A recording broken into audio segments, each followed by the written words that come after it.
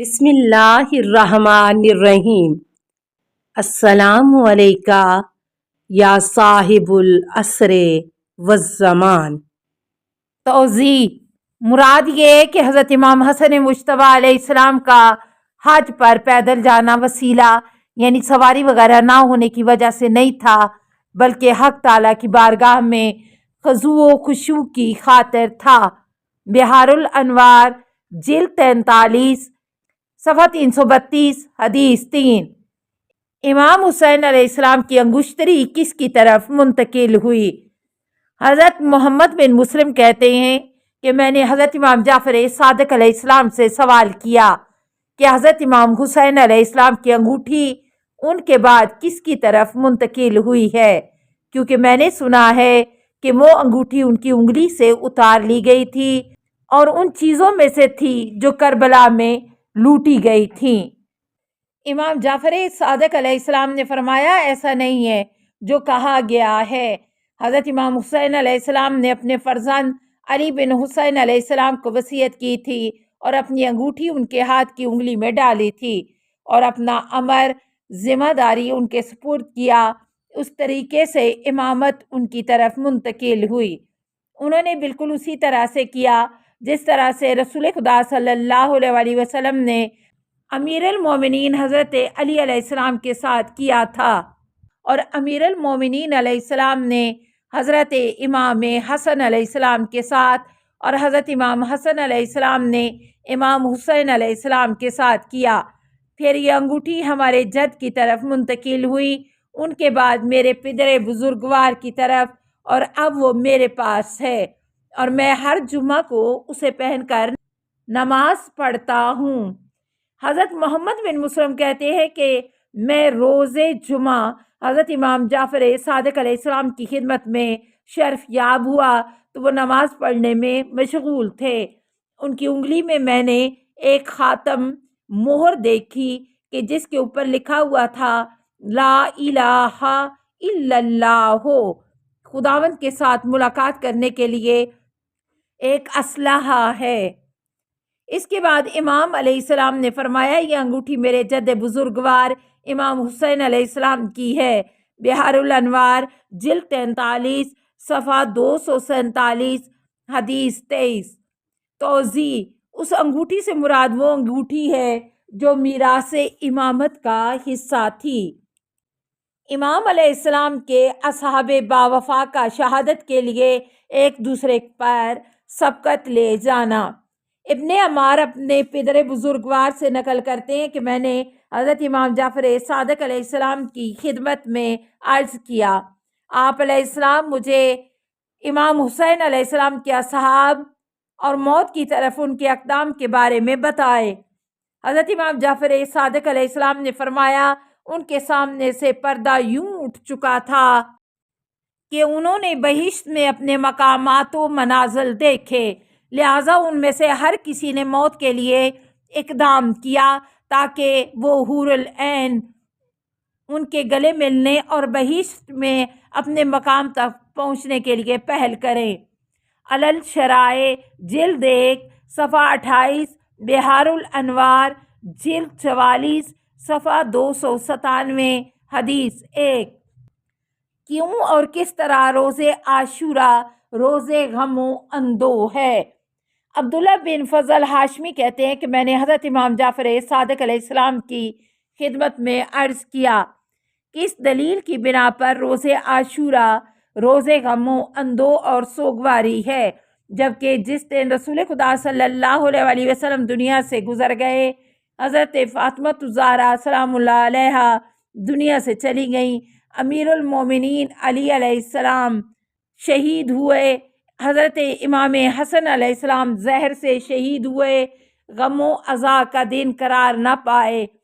امام علیہ السلام نے جواب میں فرمایا، جس دن امام حسین علیہ السلام شہید ہوئے اس کی عظمت و مصیبت تمام دنوں سے بیشتر ہے، کیونکہ آل ابا کے جو خدا کے نزدیک گرامی ترین مخلوق ہے وہ 5 تن تھے۔ جس وقت رسول خدا صلی اللہ علیہ وسلم ان کے درمیان سے رخصت ہوئے، امیر المومنین علی علیہ السلام، حضرت فاطمہ الزہرا، حضرت امام حسن و حسین علیہ السلام موجود تھے۔ لوگ ان سے خوش تھے، اور جب حضرت فاطمہ الزہرا سلام اللہ علیہا دنیا سے اٹھ گئیں تو لوگ امیر المومنین حضرت علی علیہ السلام اور امام حسن و حسین علیہ السلام کی موجودگی سے شادماں تھے۔ اور جب حضرت امیر المومنین علی علیہ السلام کی شہادت واقع ہوئی تو لوگ امام حسن اور امام حسین علیہ السلام کے وجود سے خوش و خرم تھے۔ جب حضرت امام حسن علیہ السلام اس دنیا سے رخصت ہوئے تو لوگ حضرت امام حسین علیہ السلام کی موجودگی سے خوش تھے، اور جب حضرت امام حسین علیہ السلام کی شہادت واقع ہوئی تو آپ علیہ السلام کے بعد آل ابا میں سے کوئی بھی باقی نہ رہا کہ جس سے لوگ خوش و خرم ہوتے۔ لہٰذا حضرت امام حسین علیہ السلام کا دنیا سے اٹھ جانا تمام آل ابا کے اٹھ جانے کی مانند تھا، چنانچہ ان کی بقا تمام کی بقا کی مانند تھی۔ لہٰذا ان کی شہادت کا دن تمام دنوں سے عظیم تر اور جان سوز تر تھا۔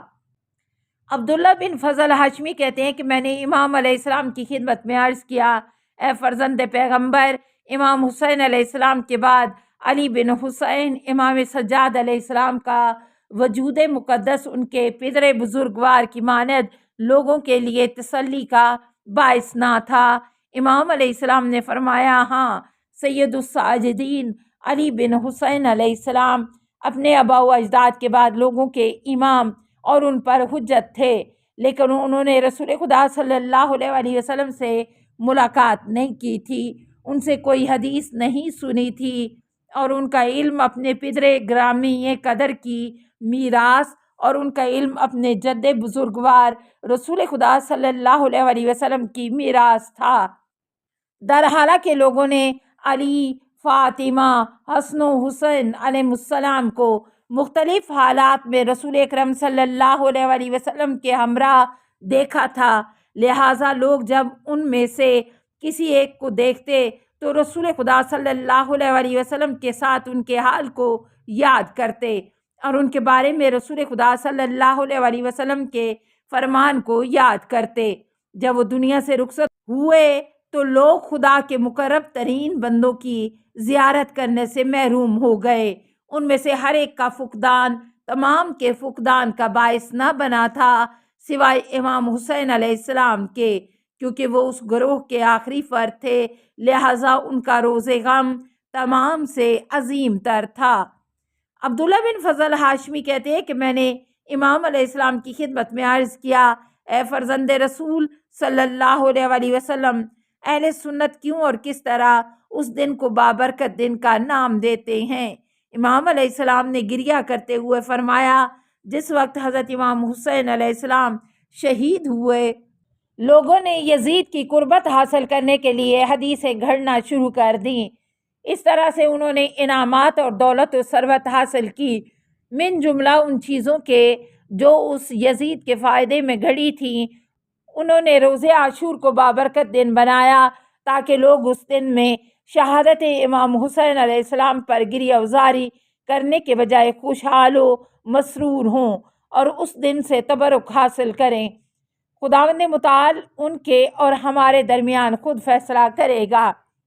اس کے بعد امام علیہ السلام نے فرمایا، اے چچا زاد، یہ لوگ ان لوگوں کی نسبت اسلام و اہل اسلام کے لیے کم تر نقصان دہ ہیں جو ہماری محبت کا دعویٰ کرتے ہیں اور مدعی ہیں کہ اپنے دین میں ہماری ولایت کے معتقد ہیں، لیکن یہ دعویٰ کرتے ہیں کہ امام حسین علیہ السلام قتل نہیں ہوئے بلکہ عیسیٰ بن مریم کی مانند ان کے مشابہ کوئی اور شخص قتل ہوا ہے، پس بنی امیہ ان کے دعوے کی بنا پر ملامت نہیں کر سکتے۔ اے چچا زاد، جو کوئی یہ دعویٰ کرے کہ امام حسین علیہ السلام قتل نہیں ہوئے، اس نے رسول خدا حضرت علی علیہ السلام اور ان کے بعد والے ائمہ کی خبر کو جھٹلایا ہے، اور جو کوئی اسے جھٹلائے اس نے خدا کا انکار کیا ہے، اس کا خون بہانا اس کے لیے مباح اور جائز ہے، جو یہ سنے۔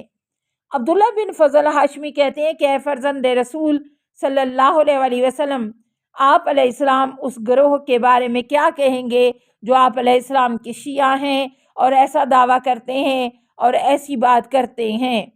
حضرت امام جعفر صادق علیہ السلام نے فرمایا وہ ہمارے شیعہ نہیں ہیں اور میں ان سے بیزار متنفر ہوں۔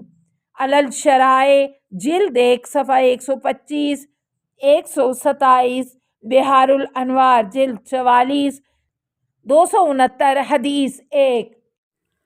السلام علیکہ یا صاحب العصر والزمان، الامان الامان الامان من فتن الزمان، السلام علیکہ یا خلیفۃ الرحمن، السلام علیکہ یا امام الانس والجان، السلام علیکہ یا مظہر الایمان، السلام علیکہ یا شریک القرآن، السلام علیکہ یا قاطع البرہان، السلام علیکہ یا امام زماننا، ھذا اجل اللہ فرجک وسہل اللہ مخرجک وظہورک، السلام علیکہ ورحمۃ اللہ۔